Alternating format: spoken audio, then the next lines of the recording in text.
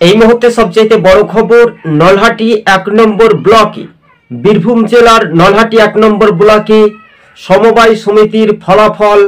বাম কংগ্রেস জোট 20টি আসনে তারা জয়লাভ করেছে।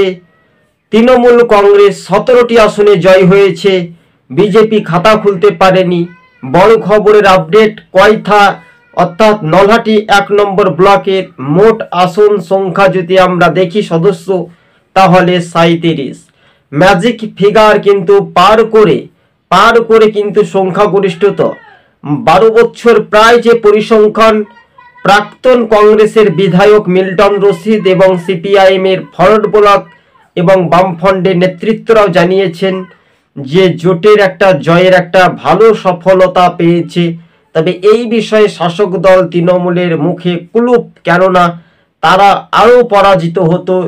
যেগুলো জিতেছে মানুষকে ভয় ভীতু দেখিয়ে সেগুলো আপ্রাণ চেষ্টা করে এই রাজ্যের শাসক দল, তাও স্পষ্ট করে দেওয়া হয়েছে।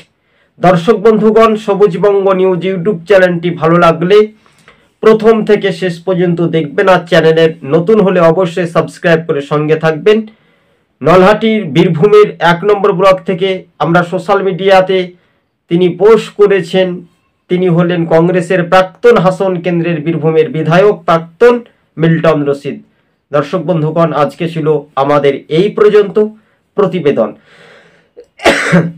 আর আপনি যদি আমাদের চ্যানেলের সঙ্গে নতুন দর্শক হয়ে থাকলে 26-এর আগে যে সেমিফাইনাল সমবায় নির্বাচনে বাম জোটের জয় হলেও শেষ পর্যন্ত 26-এ কি জয় হবে, এটাই শাসক বনাম বিরোধী রাজনৈতিক দলের রাজনৈতিক পরিচর্যা বলে মনে করানো হচ্ছে। দর্শক বন্ধুগণ।